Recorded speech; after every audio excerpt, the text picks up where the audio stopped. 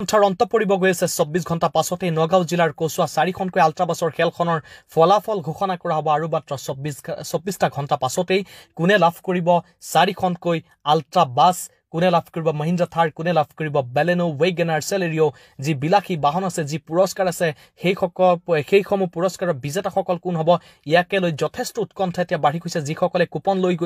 লৈছিলে তেওঁলোকৰ মাজত এতিয়া উৎকণ্ঠা বঢ়া দেখিবলৈ পোৱা গৈছে আৰু যিসকলে কুপন এই মুহূৰ্তত লোৱা নাই গতিকে আজিৰ দিনটো আপোনাৰ হাতত আছে কুপন ল'বলৈ কাইলৈৰ পৰা আপোনালোকে কুপন নাপায় অনলাইন কুপন বন্ধ হ'ব অফলাইন কুপন দুইটা মাধ্যমতে